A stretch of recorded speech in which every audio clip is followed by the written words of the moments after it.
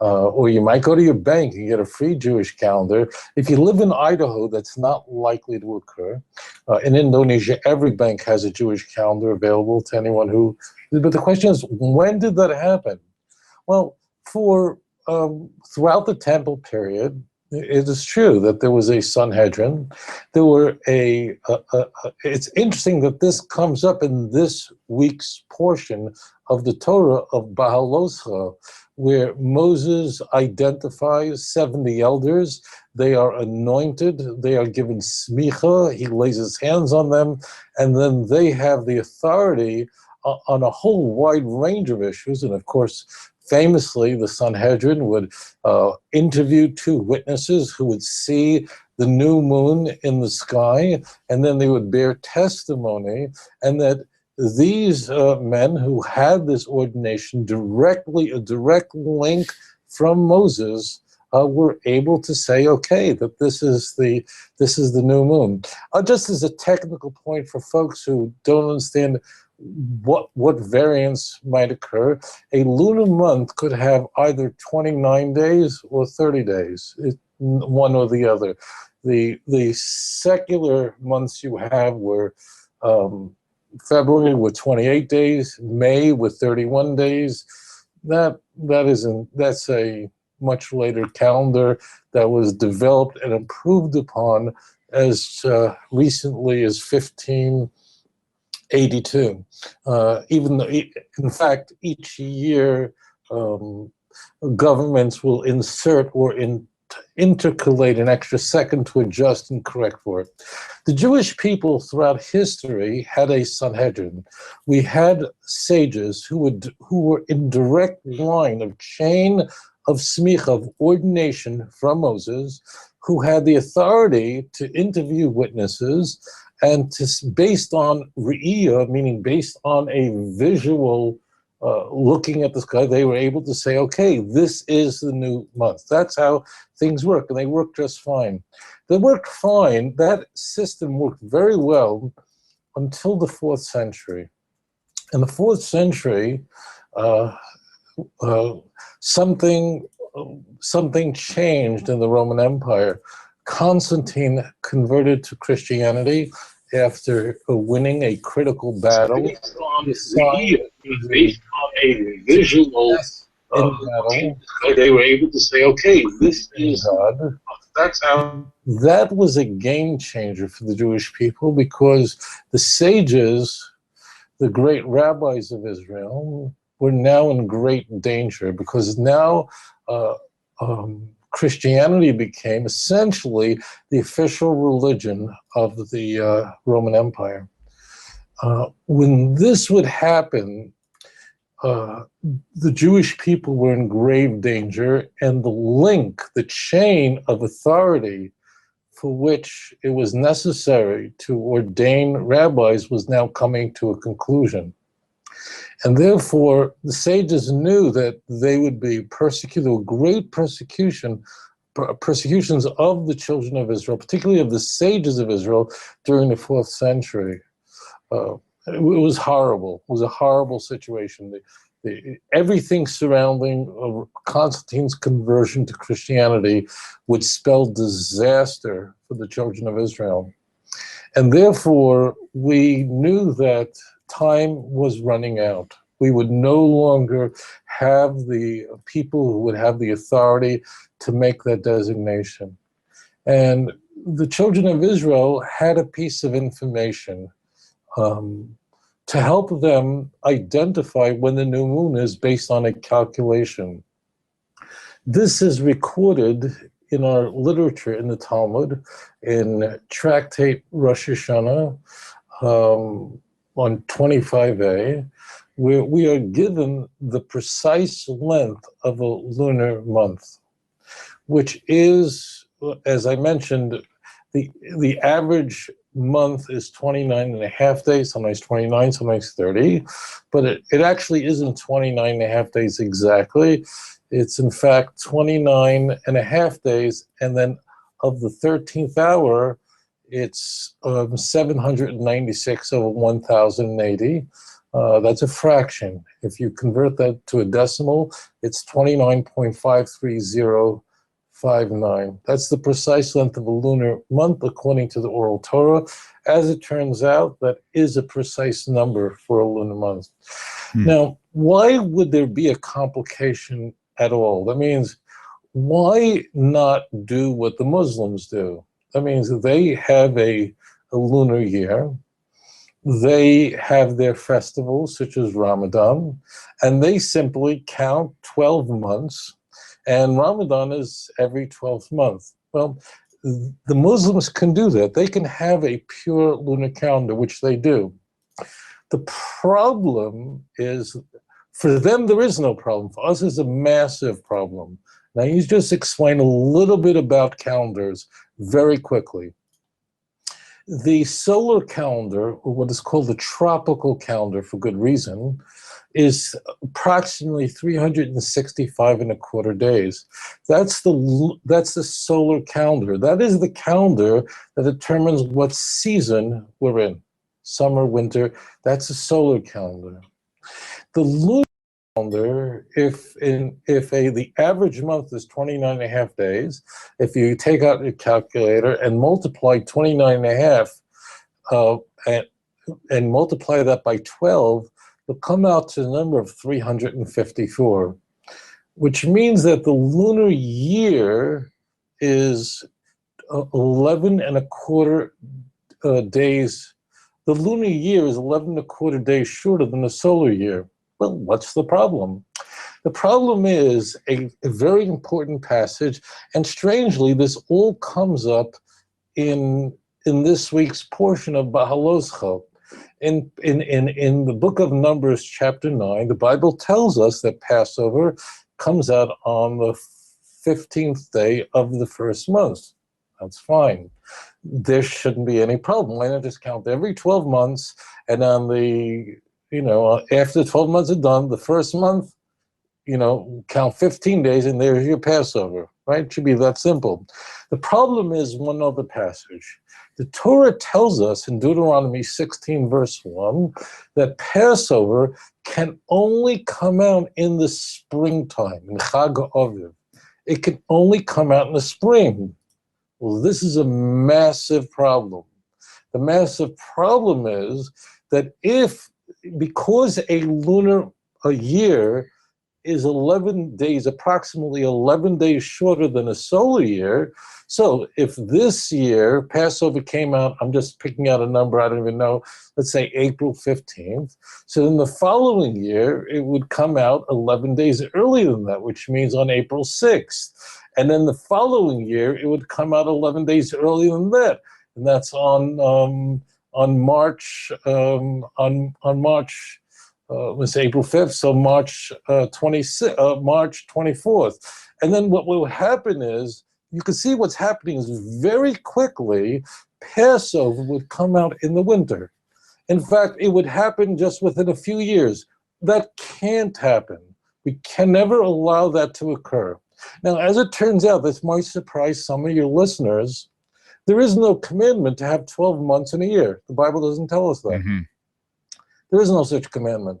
So therefore, we have to, this is a very interesting word, we have to intercalate, which means we have to insert an extra month in some years, approximately 7 times every 19 years, so that the lunar calendar and the solar calendar converge, so it corrects itself. So therefore, if the years Passover starts getting too early, meaning it's creeping its way into the winter, we can't have that. So we add another month. The month of Adar is there's a second Adar that's added in. And incidentally, because it's a 19-year cycle, your Hebrew birthday and your secular birthday will come out on the same day every 19 years. So when you're 19 years old, your English and Hebrew birthday come out on the same day. When you're 38 years old, it'll come out on the same day. Mm-hmm. It's a 19-year cycle. I don't want to get more complex than that because that's not really germane to the question. So what happened in the early 4th century is rabbis were being murdered, were being slaughtered, but not any rabbis.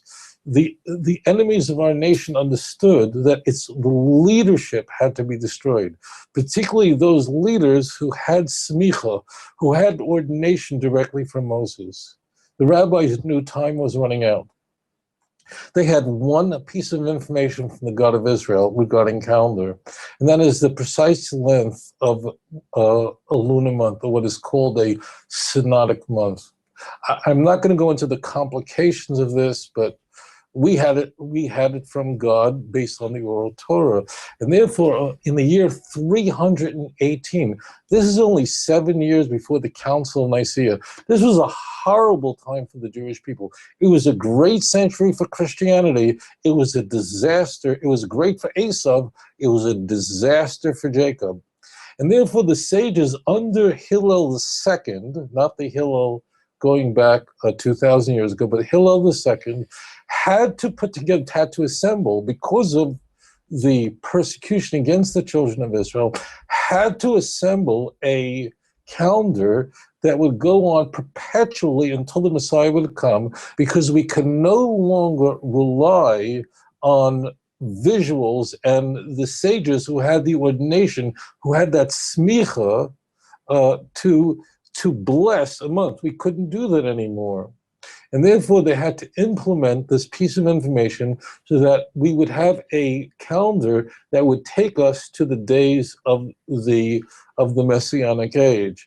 It should be stated that I've only given you a skeletal information regarding this question. It's very elaborate. The rise of Christianity, just as a point, entering the 4th century, Christianity basically comprises maybe 5% of the Roman Empire. By the end of the 4th century, probably 50 or 60% of the Roman Empire.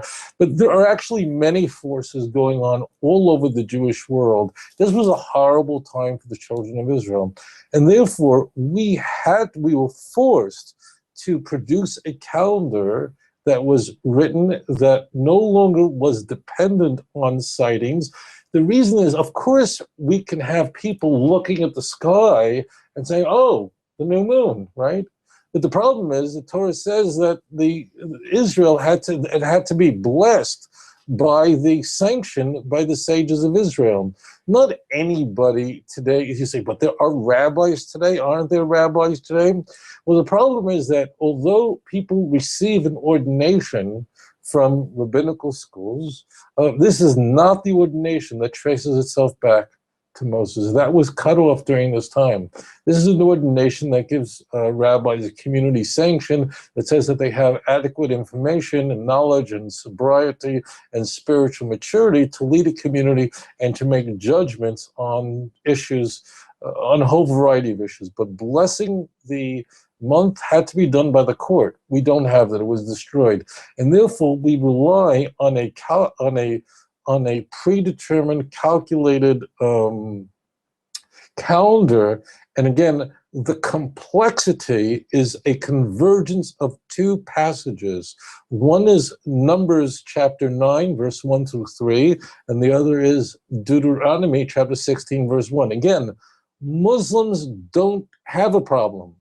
And that's why Ramadan could come out in the winter, it come out in the summer. In fact, this is not nuclear physics to figure out that if you lose 11 days every year because the lunar year is shorter than the solar calendar by 11 days, 11 and a quarter days, it takes 32 years. In 32 years, the Passover would go all around the season. It would go right into winter, it would go right into fall, right into summer, back into the spring, and so on and so forth. It would just spin around. And we have a Bible that says no spinning allowed. Passover must come out in the springtime. And that's the reason why the children of Israel are dependent on the work of Hillel II. This answer I'm providing you is very useful for the listeners. I'm leaving out a lot of information. I do cover this much more extensively in terms of the calculations and so on. And how we know this is from God, I'm not trying to promote a book, but it is in volume 1. I go into this, the background of this in extensively, and also in the free audio program, the oral law, which you can download on our site. It won't cost you 1 penny, and I go into this in much greater detail. But that is the short version of why we have to depend. It's strange that Christians point the finger at us because they're largely responsible for this problem. I mean, not them, not the Christian, not the guy across the street. He's not responsible. He doesn't even know this. I mean, he has no clue that this is an issue. But this was a very big issue. There was a wide range of reasons why we were in huge trouble. It was just a horrible time for our people, and the sages, the Sanhedrin, the courts were going to lose all their members that would have had the authority. So therefore, Hillel II assembles the calendar that we have today. These sages of Israel who have the authority directly from Moses bless it. They bless this calendar, and they bless it perpetually until the Messianic age comes. What we have now is blessed by Hillel II and the community of leaders that he led going back some 1,600 years ago. Interesting.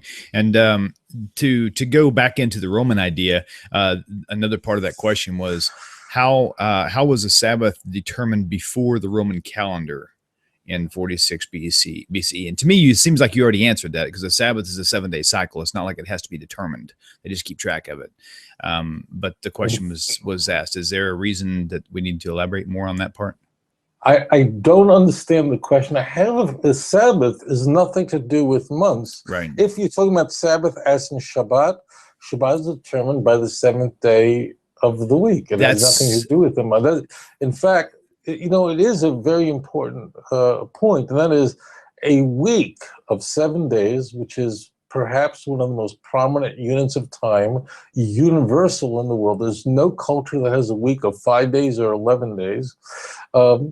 Actually has no natural phenomena that it corresponds to. Days do, of course, night, morning, or morning, night, depending where you are. Months do, but years do, but weeks don't. That's directly from God. So how do you address a lunar Sabbatarian, someone who says no, the Sabbaths are also lunar? How do you address that? I mean, how you base it off the first of the month? I have no clue what this person is talking about. Okay, I've had people come to me unless I just don't know what this person is. I just don't know what this person is. The Sabbath is determined by the 7th day of the week. It has nothing to do with the moon. Nothing at all to do with the moon.